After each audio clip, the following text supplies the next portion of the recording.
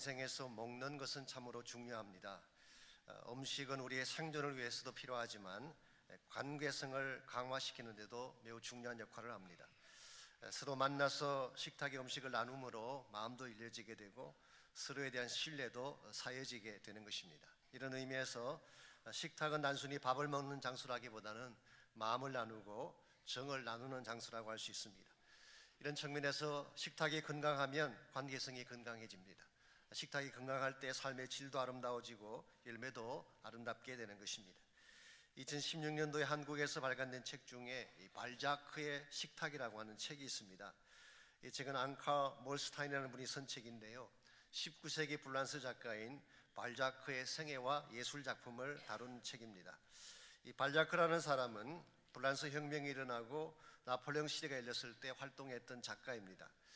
이분은 프랑스 사회의 변화 과정을 음식을 통해 묘사를 했습니다. 그래서 그의 소설에 등장하는 모든 인물은 음식으로 그렇게 묘사가 되고 있습니다. 예를 들어서 격식을 지나치게 차리는 공작을 단단한 코르크 마개로 닫힌 와인으로 그렇게 표현했어요. 탐욕으로 가득 찬 여자를 랍스터의 앞발로 그렇게 묘사를 했습니다. 무식은 움켜잡으니까. 어디서나 잘 나서는 남자를 꼴뚜기로, 우리말 속담에도 우물증 망신은 꼴뚜기가 시킨다 그런 말이 있잖아요. 잘 튀는 사람들, 잘 나서는 사람들을 꼴뚜기로 그렇게 묘사를 했습니다. 이 발자크의 포인트는 이와 같은 것입니다. 우리가 먹는 것과 삶은 분리할 수가 없는 것이라는 것이죠. 해석은 이런 말을 합니다. 당신이 어디서 먹는지, 무엇을 먹는지, 언제 먹는지를 말해달라. 그러면 나는 당신이 어떤 사람인지를 말해주겠다. 즉 식탁과 우리 삶의 연관성을 설명한 것입니다. 우리가 어디에서 누구와 먹느냐가 참으로 중요하고 무엇을 먹느냐도 중요합니다. 우리의 삶이 건강하고 아름다워지려면 건강한 식탁에서 건강한 것을 먹어야 되는데, 실제로 우리 삶의 현실을 보게 되면 건강하지 못한 식탁을 먹을 때도 있고 잘못된 곳에서 음식을 나누는 케이스도 있습니다. 우리가 살아가는 삶의 현장 속에는 여러 가지 식탁들이 존재하죠. 그런데 정치가들이나 권력가들이 주로 먹는 식탁은 탐욕의 식탁입니다. 악덕 기업가나 서세주의자들이 좋아하는 식탁은 불의한 식탁이죠. 심지어 광야길을 이민자가 먹는 광야의 식탁도 있다고 합니다. 이 광야의 식탁은 눈물 젖은 빵이 메인 메뉴라는 그런 말을 하기도 합니다. 그 반면에 우리의 모든 것을 나누고 희생하는 축복의 식탁, 베품의 식탁도 존재합니다. 우리가 크리스찬으로서 인생을 살아가면서 어떤 식탁에 참여할 것인가? 세상 사람들이 주로 먹는 탐욕의 식탁이나 불의한 식탁에 참여하며 살 것인가? 아니면 하나님께서 준비해 놓으신 경건하고도 바른 식탁에 참여하며 살아갈 것인가? 우리가 어떤 식탁을 결정하느냐에 따라서 우리 삶의 방향도 달라지게 되고 열매도 달라질 수밖에 없습니다. 오늘 같이 봉독한 본문에 보시면은 식사에 대한 문제 때문에 고린도 교회 안에서 야기되었던 이슈 하나가 소개가 되어 있습니다. 17절 말씀 먼저 보시면, 내가 명하는 이 일에 너희를 칭찬하지 아니하노니 이는 너희의 모임이 유익이 못되고 도리어 해로움이라. 지난번 잠깐 다루었던 2절 말씀에서는 칭찬으로 시작을 했는데 오늘 본문은 처음부터 책망으로 시작을 합니다. 그 이유가 뭐냐고 하면 너희들의 모임이 유익이 못되고 도리어 해가 되었기 때문이다. 성도가 모이면 모임 자체가 점점 좋아져야 되고 아름다워져야 되는데 오히려 해가 된 것입니다. 실제로 오늘 이 시대도 보게 되면 모임의 역기능이라 그럴까요? 모임으로 말미암아 오히려 상처가 되기도 하고 문제를 야기하는 케이스가 주어질 수가 있죠. 왜 고린도 안에 모임이 유익하지 못하고 해가 되었는가? 18절 19절을 보게 되면 그 내용이 소개가 되어 있습니다. 먼저 너희가 교회에 모일 때에 너희 중에 분쟁이 있다함을 듣고 어느 정도 믿거니와 너희 중에 파당이 있어야 너희 중에 옳다 인정함을 받은 자들이 나타나게 되리라.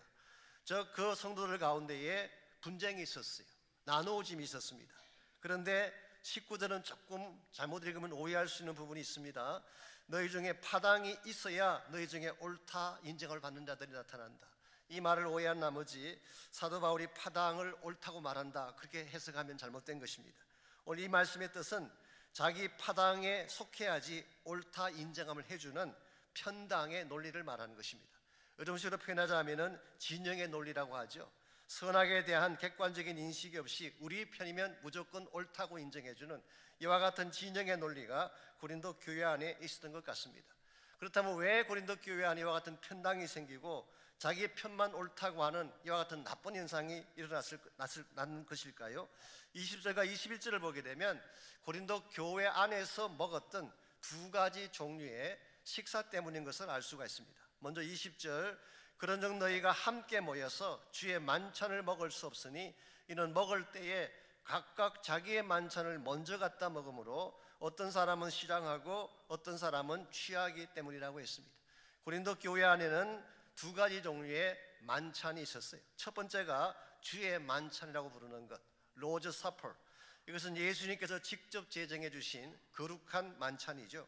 그 반면에 21절에 기록된 것처럼 자기의 만찬이라고 부르는 만찬이 있었습니다. 여기서 자기의 만찬이라고 설명한 이 만찬은 초대교회에 생겨졌던 애찬을 말합니다.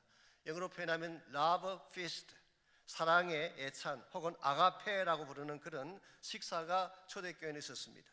물론 요즘 교회는 이거 생겨지지 않지만 초대교회에서는 성찬식을 갖기 직전에 먼저 성도들이 함께 모여서 먹는 애찬이 있었어요. AD 90년경에 기록된 플리니가 쓴 글에도 이것이 언급이 되어 있고, 베드로후서 2장 14절에서는 이것을 연회라고 번역을 했습니다. 그리고 유다서 1장 12절에는 아예 애찬이라고 직접 번역을 했어요. 아가파이스라고 하는 아가페의 복수를 사용했습니다.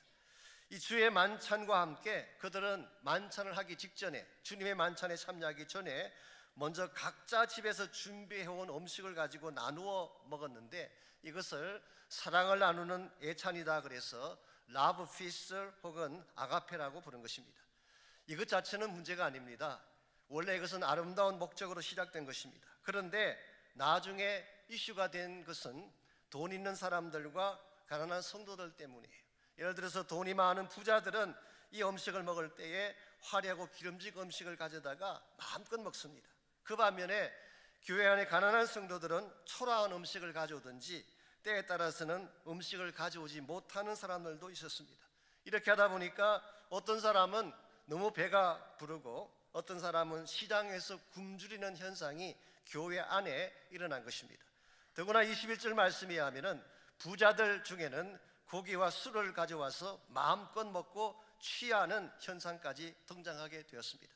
그 결과 사랑의 애찬이 탐욕의 식탁으로 변한 것입니다. 영어로 표현하면 love feast가 without love, 사랑이 없는 사랑의 애찬이 되고 마는 이런 모순이 벌어진 것입니다. 사도 바울은 이 사실을 굉장히 스트롱하게 책망을 합니다. 22절 보겠습니다. 너희가 먹고 마실 집이 없느냐? 너희가 하나님의 교회를 업신여기고 빈궁한 자들을 부끄럽게 하느냐? 내가 너희에게 무슨 말을 하랴? 너희를 칭찬하랴? 이것으로 결코 칭찬할 수 없다, 그렇게 선포를 했습니다. 교회 안에 같은 성도인데도 불구하고 자기들이 가져온 화려한 음식을 과시하면서 자기들만 만족스럽게 먹는 이 사람들, 그 결과 교회를 업신여기고 빈궁한 사람들을 부끄럽게 만드는 이 현상에 대해서 사도 바울은 아주 강하게 책망을 하고 있습니다. 이와 같은 현상 때문에 고린도 교회가 나누어지게 되고 먹는 문제 때문에 파가 나누어지게 되는 케이스. 그런데 문제는 오늘 이 시대는 이와 같은 현상이 없을까라는 질문이에요. 우리가 사는 이 시대에도 이와 같은 현상을 볼 수가 있습니다.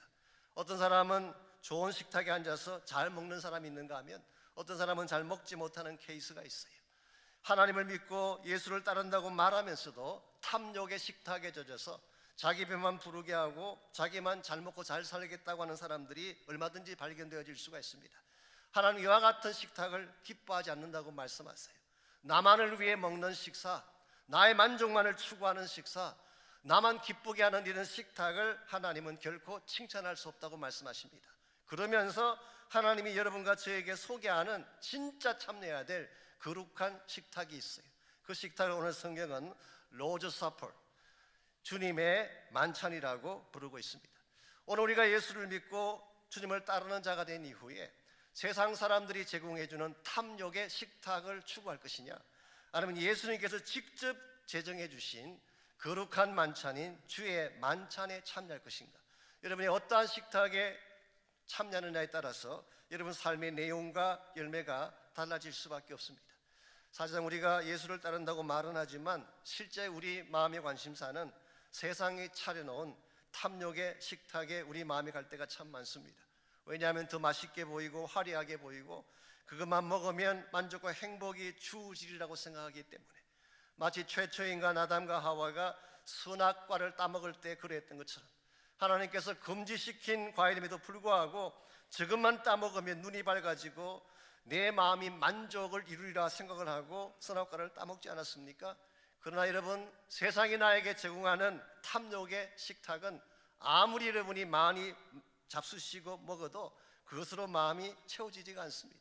먹으면 먹을수록 더 마음은 척박해지고 허무감만 늘어나는 것이 세상이 우리에게 제공하는 탐욕의 식탁의 현주소입니다. 제가 지난 주간에 잠깐 한국을 다녀왔는데요, 한국 방문 기간 중에 현 정부의 장관 한 분과 식사할 기회가 있었습니다. 제가 만든 자리가 아니고 그 지금 목회자님들이 만든 자리에 저는 그저 꼽사리 끼었다가 그분 곁에 앉게 됐어요. 앉다 보니까 그분 곁에 앉게 돼서 여러 가지 대화를 나눌 기회가 있었는데요, 말씀을 나눠보니까 참 겸손하고 신앙이 좋으신 장로님이셨습니다. 그분의 소원이 그래요. 무탈하게 정치에서 물러나는 것이 자기 소원이래요. 우리가 볼 때 정치 세계에 들어가면 굉장히 화려할 줄 알지만 실상 그렇지 않다고 합니다. 목마전과 같아. 마귀 소굴이래요. 완전히 복마전이죠. 마귀 소굴처럼, 악의 소굴처럼 부조리가 난무하고 탐욕이 있고 치열한 경쟁심이 있는, 그래서 할 수만 있다면 빨리 이곳을 벗어나는 것이 자기의 바람이요 기도 제목이라는 그런 말씀하셨어요. 제가 그 말을 들으면서 느낀 바가 참으로 많습니다. 세상의 식탁을 먹어본 자는 그것이 얼마나 허무한지를 알고 있다는 사실, 세상의 화려한 식탁의 맛을 본 사람은 그것이 아무 가치가 없다는 것을 알고 있는데, 이 세상의 식탁을 먹어보지 못한 사람들이 지금도 껄쩍거리며 그것 먹으려고 달려드는 현실을 볼 때 얼마나 안타까운지 모르겠어요. 성경이 말하는 참 지혜로운 사람은 세상의 식탁을 추구하는 자가 아니라 예수님께서 준비해 놓으신 하나님의 식탁, 거룩하면서도 청결하면서도 참된 사랑과 희생이 담겨져 있는 주의 만찬이 여러분과 제가 참여해야 될 식탁인 줄 믿습니다. 오늘 본문에 보시게 되면 이 주의 만찬이 가지고 있는 소중한 뜻이 있어요. 여러분과 제가 주의 만찬에 참여하게 되면 반드시 누리게 될 특별한 축복이 주의 만찬 속에 담겨져 있습니다. 제가 간단하게 정리해드리면, 첫째가 나눔의 축복, 두 번째가 회복의 축복, 세 번째가 사명의 축복이에요. 우리가 주의 만찬에 참여하게 되면 첫 번째로 누리는 것이 나눔의 복을 누리는, 그래서 주의 만찬은 나눔을 위한 식탁이다, 그렇게 부를 수가 있습니다. 23절과 24절을 보겠습니다. 내가 너에게 전한 것은 주께 받은 것이니 곧 주 예수께서 잡히시던 밤에 떡을 가지사. 여러분 아시는 바대로 이 사도 바울은 예수님께서 제자들과 마지막 만찬 나눌 때에 그 현장에 없었습니다. 그래서 바울은 보지 못했지만 전에 듣고 알게 된 사실을 소개한 것입니다. 어떤 분들은 내가 주께 받은 것이라는 이 말씀을 하나님이 직접 계시로 주신 것을 말한다, 그렇게 해석하는 분도 계시지만, 그것보다는 사실은 예수님의 행적과 가르침에 대한 트래디션, 전성이 초대교회에 많이 있었어요. 아마 그 중에 한 리소스를 사도 바울이 접한 사실을 말한 것입니다.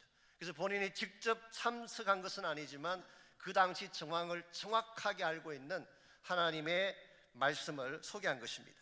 곧 주 예수께서 잡히시던 밤에, 이 날이 언제일까요?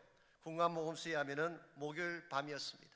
그리고 그 만찬은 유월절 만찬이었어요. 그래서 예수님께서는 유월절 만찬을 잡수실 때에 12제자들을 불러놓고 그들과 함께 식탁을 나누셨어요. 그 자리에서 예수님께서는 바로 자기 자신이 성경이 말하는 유월절 어린 양의 성취인 사실을 보여주신 후에 떡을 떼어주시면서 말씀하십니다. 그게 오늘 본문 24절에 나와 있습니다. 떡을 가지사 축사하시고 떼어 이르시되 이것은 너희를 위하는 내 몸이니 이것을 행하여 나를 기념하라, 그렇게 말씀하셨어요. 자, 이 대목에서 예수님께서는 떡을 떼어서 나누어 주셨습니다. 그리고 말씀하시기를 This is my body which is given for you. 너희들을 위해 주는 나의 몸이다, 그렇게 주님 말씀하셨어요. 오늘 이 본문에서 우리가 한 가지 주목해야 될 중요한 사실이 있습니다. 이 떡을 나누어 주려면 먼저 깨어져야 된다는 사실이에요. 부록하지 않고는 나눠줄 수가 없어요. 그러므로 모든 나눔의 사역은 먼저 깨어짐이 전제되어야 한다는 것입니다. 실제로 예수님께서 생명의 떡을 우리에게 나눠주시기 위해서 본인의 몸을 찢어주셨어요. 예수님께서 여러분과 저에게 말씀하시는 크리스찬 삶의 본질이 바로 여기 있습니다. 하나님이 우리에게 주신 모든 것은 우리가 다른 사람에게 나누어야 되는데, 나에게 주어진 것을 나누어 주려면 나의 것을 깨뜨려야지 가능한 것입니다. 창세기 22장에 보시면은 아브라함이 온 열방의 복을 나누어 주기 위한 존재로 세움받지 않습니까? 그가 온 열방의 복을 나누어 주기 전에 먼저 했던 일이 있죠. 그게 뭔가요? 자신 하나밖에 없는 독자 이삭을 모리아산에 제물로 바치는 일을 했었어요. 아시는 대로 이 이삭은 아브라함에게는 생명보다 더 귀한 아브라함의 옥합이라고 할 수 있습니다. 그랬는데 아브라함은 하나님께서 바치라고 하니까 순종해서 옥합을 깨뜨렸어요. 옥합을 깨뜨렸을 때에 창세기 22장에 보면은 하나님께서 드디어 너가 나를 경외하는 줄 알게 되었다 말씀하시고 약속하신 열방을 향한 축복의 문을 열어주셨어요. 그리고 실제로 성경 기록에 하면은 이 사건이 있고 약 2000년 뒤에 그 이삭의 예표의 실체이신 예수님이 직접 오셔서 이삭을 바친 바로 그 제단 모리아 산에서 십자가 제물로 드려진 사실을 성경은 기록하고 있습니다. 예수님께서 자기 몸을 깨뜨려 주심으로 우리에게 생명의 떡을 나눠주신 것처럼 오늘 여러분과 저의 삶도 마찬가지라고 할 수 있습니다. 내가 가장 소중히 여기는 옥합을 깨뜨리지 아니하면 하나님의 복음은 나누어질 수가 없어요. 나의 것을 움켜잡고 나의 것을 놓지 아니하면 결코 세상 사람들에게 나누어 줄 수 없다는 사실. 그러므로 우리의 삶 자체가 나눔의 축복이 있는 삶이 되기를 원한다면 나를 기꺼이 깨뜨릴 수 있어야 돼요. 오늘날 하나님의 교회가 정치되어진 이유 중에 하나, 많은 크리스찬의 삶 자체가 복음적이지 못한 이유 중에 하나가 우리를 깨뜨리지 않기 때문인지도 모릅니다. 우리는 할 수만 있으면 더 많이 움켜잡으려고 하고 할 수만 있으면 더 견고하게 잡으려고 하다 보니까 내 속에 복음이 들어왔지만 우리 안에서 맴돌다 사장되고 마는 것입니다. 그러나 만일 기꺼이 나의 옥합을 깨뜨리고 나를 깨뜨려서 이 복음의 식탁을 사람들에게 나누어 주기를 작정하게 된다면 놀라운 역사들이 오늘 또 일어날 수가 있습니다. 저에게 오래되신 분들은 잘 아시겠지만 제가 처음 이 교회 왔을 때 약 30년 전입니다마는 예수 모신 복음잔치라고 하는 우리 총동원 전도 집회를 한 날이 있습니다. 저희 교회로서는 굉장한 사건이었고 교회의 모멘텀이 되었다고 할 정도로 큰 사건이었는데요. 처음에 그 사실을 이야기했을 때 성도님들의 반응이 그냥 그저 그랬어요. 물론 열심히 내는 분도 계셨지만 뭐 그저 전도하지니까 전도해야지 그런 정도였는데 그 사람들의 마음에 물꼬를 텄던 한 계기가 있습니다. 제가 그때 안드레로 기억하는데요. 안드레 그 기관이 산에 올라가서 수양회를 한다 그래서 같이 제가 올라가서 말씀을 선포하고 기도하고 내려온 적이 있습니다. 그때 끝나는 시간에 한 형제가 헌신을 하셨어요. 자기가 이번에 이 예수 모신 복음잔치에 자기 가진 모든 걸 다 동원해서 좀 특별하게 헌신하고 싶다. 이분이 보석상 하는 분이었는데요. 자기 보석상 하는 그 귀한 것들을 다 동원해서 사실은 한국의 날 행사 때에 부스 하나를 그분이 여시고 거기에다가 전도지 갖다 놓고 테이프 갖다 놓고 복음잔치에 대한 모든 내용 다 갖다 놓고 그리고 사람들을 초청을 했어요. 그래서 그때까지만 하더라도 한 집사님이 많아야 5분, 10분 그렇게 초청한다고 했는데 이분이 800명을 데려오겠다고 헌신을 했어요. 그리고 실제로 그날 거의 800명에 해당하는 사람을 데리고 갔어요. 사실은 그분의 그 헌신이 계기가 되어서 수많은 사람들이 우리도 해야 되겠다 그래서 아시겠지만 10월 7일 당일날 6,000명이 왔어요. LA에 있는 대다수의 사람들이 다 와서 1,000명 이상이 예수님을 영접하고 구원받는 역사가 일어났고 이것이 오늘날 저희 교회 성장의 큰 모멘텀이 됐습니다. 누군가는 물꼬를 터야 돼요. 누군가는 먼저 희생해야 됩니다. 정말 나의 옥합을 깨뜨리듯이 먼저 나를 깨뜨릴 때 복음의 강수가 터져나오게 되고 하나님의 복음이 전달될 수가 있는 것입니다. 이런 면에서 우리가 주의 만찬을 통해 배워야 될 첫 번째 축복은 나눔의 축복. 여러분 주변에도 복음을 기다리는 분들이 많이 계세요. 나누시기 바랍니다. 여러분이 희생해서라도 그분들에게 이 생명의 떡을 나누어 줄 때에 주님께서 우리의 분부하신 목적을 이룰 수가 있는 것입니다. 두 번째로 이 주의 만찬은 회복을 위한 식탁입니다. 회복을 위한 식탁. 25절을 계속 보겠습니다. 식후에 또한 그와 같이 잔을 가지시고 이르시되, 즉 떡을 떼어 나누어서 먹은 후에 예수님께서 이번에는 잔을 들고 말씀하십니다. 이 잔은 내 피로 세운 새 언약이니 이것을 행하여 마실 때마다 나를 기념하라 그러셨어요. 여기서 예수님께서 드신 이 잔은 그냥 잔이 아니라 This cup is the new covenant in my blood. 나의 피로 말미암아 세우게 되는 New Covenant, 새로운 언약이다, 그렇게 말씀하셨어요. 누가복음 22장 20절에도 동일한 내용이 나오는데요, 누가는 여기에 한 가지를 덧붙였어요. 너희를 위하여 붓는 것이다, 그렇게 붙였어요. Which is poured out for you. 이 말씀은 예수님께서 한 방울도 남김없이 그 피를 다 쏟아서 우리를 구원하신 사건을 말하는 것입니다. 예수님께서는 그냥 사랑하신 게 아니라 자기 몸을 깨뜨리신 후에 자기 안에 있는 피를 한 방울 남김없이 다 흘려주심으로 하나님과 우리 사이에 뉴 카비넌트, 새로운 언약이 체결되게 한 것입니다. 그 결과 우리에게 무엇이 주어졌을까요? 두 가지 차원의 회복이 일어납니다. 첫 번째가 하나님과의 관계가 회복되었어요. 구약 성경에 보게 되면 이스라엘 백성이 애굽에서 나온 후에 시내산 밑에서 하나님과 언약을 체결했어요. 출애굽기 19장에 나옵니다. 그래서 하나님이 그들의 하나님이 되고 이스라엘 백성 하나님의 소유가 되는 언약을 체결했죠. 그랬는데 이스라엘 백성이 그 언약을 지켰나요? 못 지켰나요? 못 지켰어요. 말씀도 버리게 되고 하나님도 버리게 되고 나중에는 우상을 섬김으로 그 언약을 파기하고 말았습니다. 자, 이스라엘 백성은 그들과 맺었던 언약을, 하나님의 언약을 파기했지만 하나님은 그 약속을 파기하지 않으셨어요.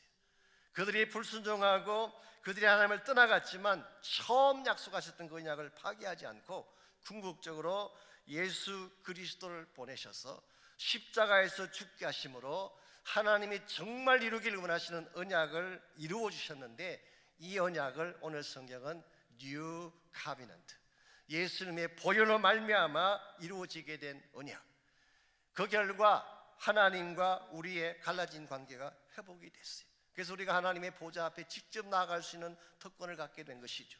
이게 첫 번째 축복입니다. 그런데 거기서 끝나지 아니하고 두 번째로 인간과 인간 사이에 깨어진 관계도 이 주님의 보혈이 회복시켜 주셨어요. 에베소서 2장 14절은 그것을 다음과 같이 설명합니다. 그는 우리의 화평이신지라 둘로 하나를 만드사 원수된 것 곧 중간에 막힌 담을 자기 육체로 허셨다, 그렇게 표현했어요. 그 말씀을 자세히 보시면은 예수님은 피스메이커가 아니에요. He is our peace. 그분 자체가 우리의 평화이시다. 예수님 자체가 하나님과 우리 사이의 모든 막힌 담을 깨뜨리고 인간과 인간 사이의 모든 담을 깨뜨리는 참 평화 자체가 된 사실을 성경은 기록합니다. 이 모든 것이 무엇으로 말미암았다고요? 예수님의 쏟아부어 주신 보혈로 말미암았다. 전 여기에 오늘 인간 생애 가운데서 회복에 참된 비결이 있다고 생각합니다. 관계가 깨어졌을 때 어떤 분들은 정치적인 시도를 하기도 하고 물질적인 보상으로 그것을 이루려고 하지만 우리 마음의 근본적인 치유는 그런 것으로 되지 않습니다. 주님의 보혈이 우리 마음의 상처를 씻을 수가 있어요. 내 마음에 오래된 증오심과 미움을 씻겨낼 수 있는 유일한 파워는 예수님의 보혈밖에 없습니다. 오늘 여러분과 제가 이 사실을 바로 안다면 어떠한 문제를 당했을지라도, 우리 인생 가운데 어떠한 상처나 아픔이나 고통의 문제가 찾아왔을지라도 이것을 회복할 수 있는 유일한 길은 주님의 식탁 앞으로 나오는 것입니다. 세상적인 욕망의 식탁을 찾는 것이 아니라 주님의 식탁 앞으로 나올 때 우리의 죄악도 씻김받게 되고 상한 마음도 치유받게 되는 것입니다. 여러분, 식당을 영어로 뭐라고 하나요? 레스토랑이라 그렇게 부르죠. 그런데 레스토랑이라는 이 단어는 사실은 영어가 아닙니다. 원래 불란스 말이에요. 제가 어떤 자료를 찾아봤더니 레스토랑의 기원이 1765년도에 몽 블란제라고 하는 사람이 시작했대요. 이분이 파리에서 그 수프 있죠, 그 죽 같은 거, 이 수프를 파는 그 가게를 시작했습니다. 그런데 이 수프가 그냥 수프가 아니라 양의 발을 끓여서 만든 수프, 우리식으로 표현하자면 우족탕 같은 거, 도가리탕 같은 이걸 만든 것입니다. 이것을 판매하기 시작하니까 이게 그 양의 발을 끓여서 만든 거니까 에너지 식품이잖아요. 스태미나 식품이다 보니까 사람들이 체력이 약해지면 체력을 회복하는데 이것이 굉장히 유효했어요. 그래서 연약한 체력을 회복시켜준다 그래가지고 원래는 레스토우레라고 부르던 것이 레스토랑으로 된 것입니다. 그래서 영어로도 restore라는 말이 회복한다 그런 뜻이잖아요. 그래서 나온 단어가 레스토랑이 된 것입니다. 오늘 세상 사람들은요, 허기가 지든지 기운이 약해지면 식당에 가셔서 식사를 합니다. 영양탕을 잡숫기도 하시고 우족탕이나 꼬리곰탕을 먹기도 하시고 이와 같은 것을 취하게 되면 연약했던 기력이 회복되어져서 다시 에너지를 찾게 되는 것이죠. 그런데 우리의 육체적인 회복이야 영양탕이나 우족탕이나 꼬리곰탕 먹으면 된다고 하지만 우리 심령의 회복마저도 이것으로 가능할까요? 우리 심령의 근본적인 회복은 이것으로 충분하지 않습니다. 나의 영이 살아나야 되고 심령이 살아나려면 보혈의 능력을 받아야 돼요.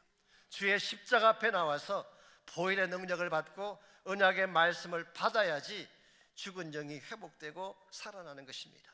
이런 의미에서 내일 새벽부터 시작되는 특세는 여러분을 회복할 축복의 잔치예요. 하나님 여러분과 저의 심령을 회복시키기 위해서 위대한 3주간의 새벽 기도를 주셨어요. 솔직히 말씀을 드려서 이민의 생활을 사는 분들 가운데에 지치지 않는 분들 없어요. 기근을 경험하지 않는 분들이 없습니다. 사실은 기근이라고 하는 것이 가뭄인데요, 메마름인데요, 여러 가지 차원에서 우리는 기근을 생각할 수 있습니다. 어떤 분들은 financially, 재정적으로 기근에 처한 분들 계세요. 재정이 마르고 경제가 말라서 힘들어하는 분들 계시잖아요. 어떤 분들은 관계성의 기근을 경험하는 분들이 있습니다. 갑자기 사람들이 떠나가고 배신하고 고독하고 외롭게 되는 이 relational drought죠.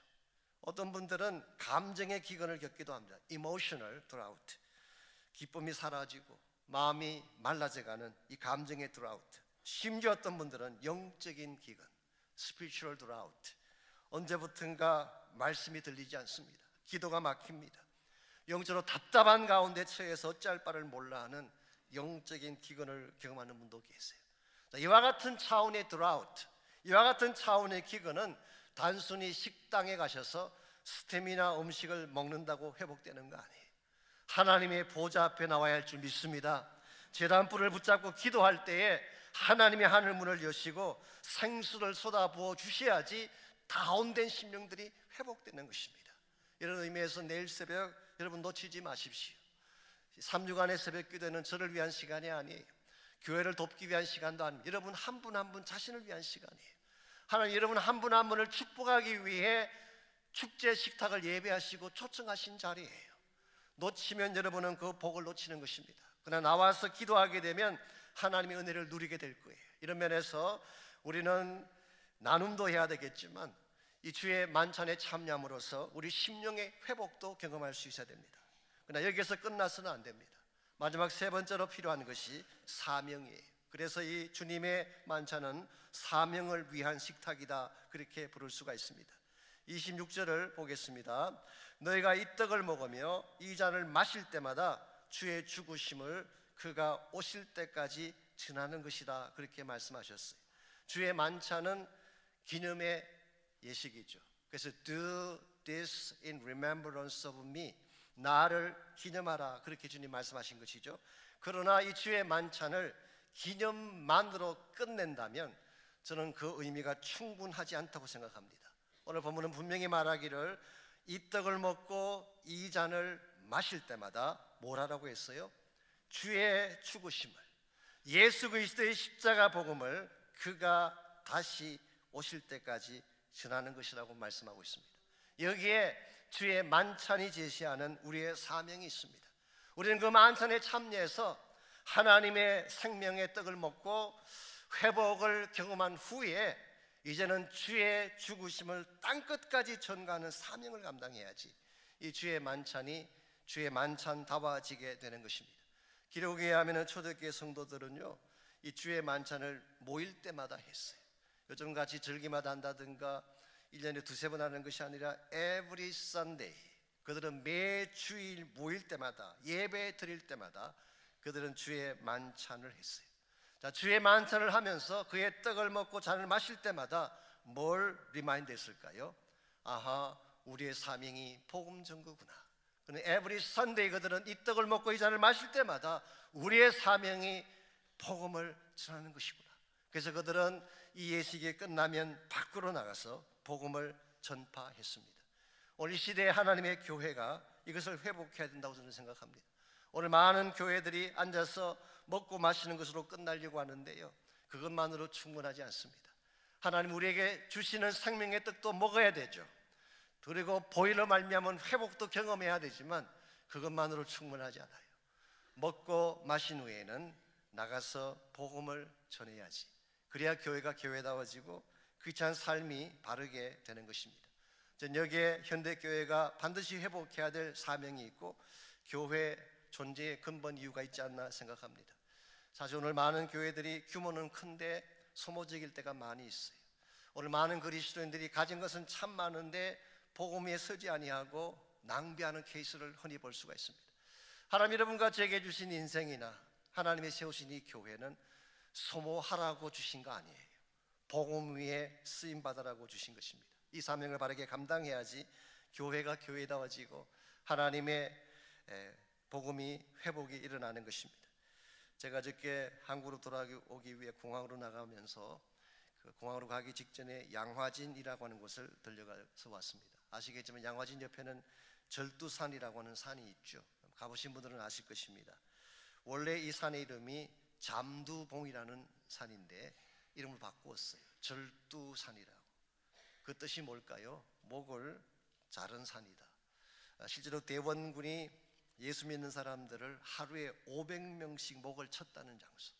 그 피가 얼마나 많았는지 한강에 흘러간 그 피가 강화도까지 흘러갔다고 하는 기록이 남을 정도로 이 절두산은 순교의 터전이라고 할 수 있습니다. 그 절두산 옆에 선교사님들의 묘지가 있어요. 전 사실 책을 통해서도 보고 또 예화를 통해서도 여러 차례 설교 중에 말씀드린 적도 있지만 제가 직접 가서 그 현장을 보고 얼마나 가슴이 뭉클하고 눈물이 나오는지 말이죠. 여러분께서도 가보시면 느낄 수 있을 거예요. 그 양화진에 들어가는 제 입구 쪽에 세워진 기념비가 로버트 할디라고 하는 우리 캐나다 선교사님의 묘비가 거기 세워져 있습니다.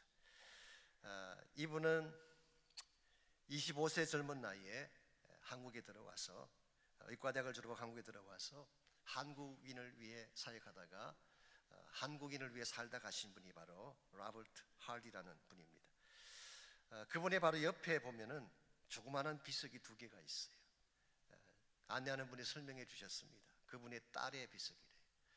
그 당시는 한국이 굉장히 척박한 땅이었고 유행병이 찾아오면 회복할 방법이 별로 없어서 아이가 태어나자마자 죽는 경우가 참 많았는데 그 중에 한 딸아이는 난 지 한 달밖에 안 되는데 세상을 떠났어요.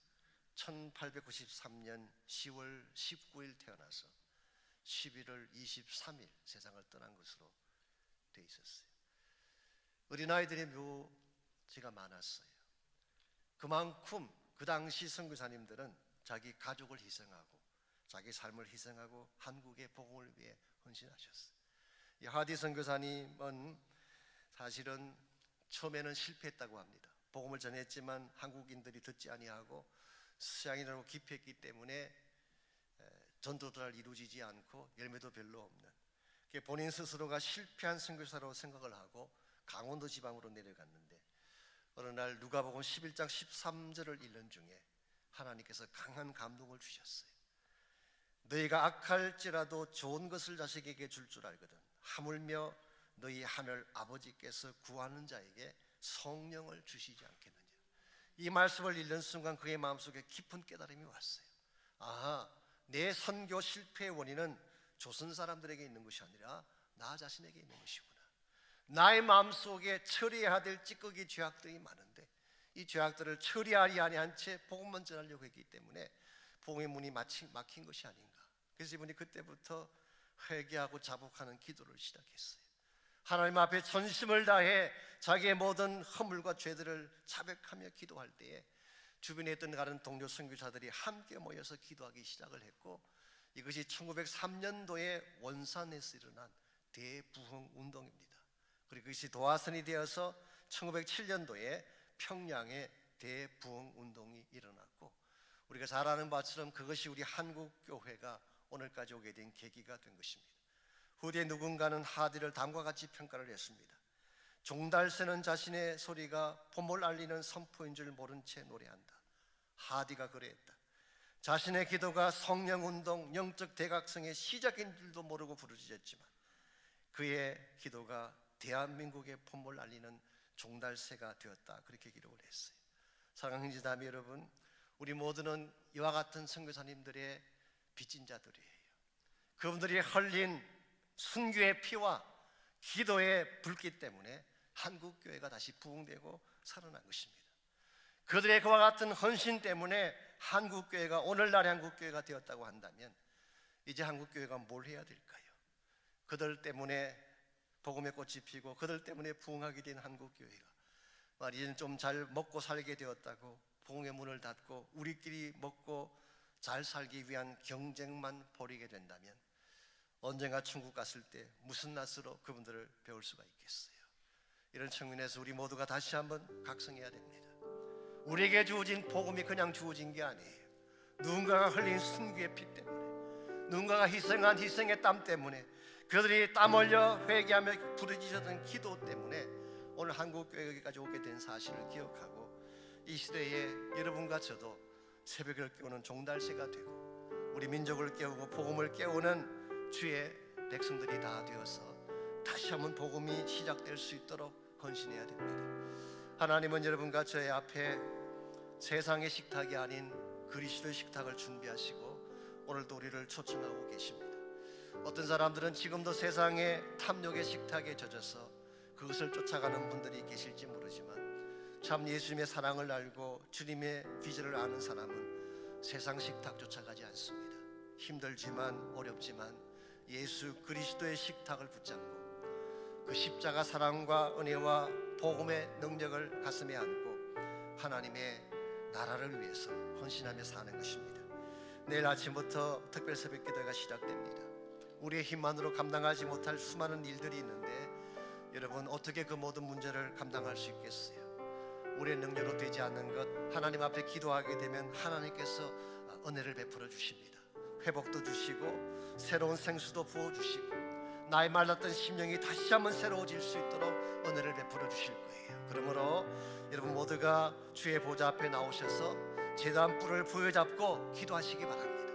하늘이 열리도록 생수가 터져 나오도록 참된 회복과 참된 부흥이 다시 한번 일어날 수 있도록 우리 3주간 동안 전심을 다해 부르짖고 기도할 수 있도록 이 시간 한번 우리 한 목소리로 우리 내일부터 시작될 특사를 위해 기도하시고 우리 한 사람 한 사람이 주의 보좌를 꼭 붙잡고 이번 3주간 동안에 반드시 하나님의 응답을 받고 우리의 심령이 회복되어지고 교회가 새롭게 되어지는 귀한 역사가 일어날 수 있도록 우리 다 같이 한 목소리로 합심해서 함께 우리 기도하겠습니다.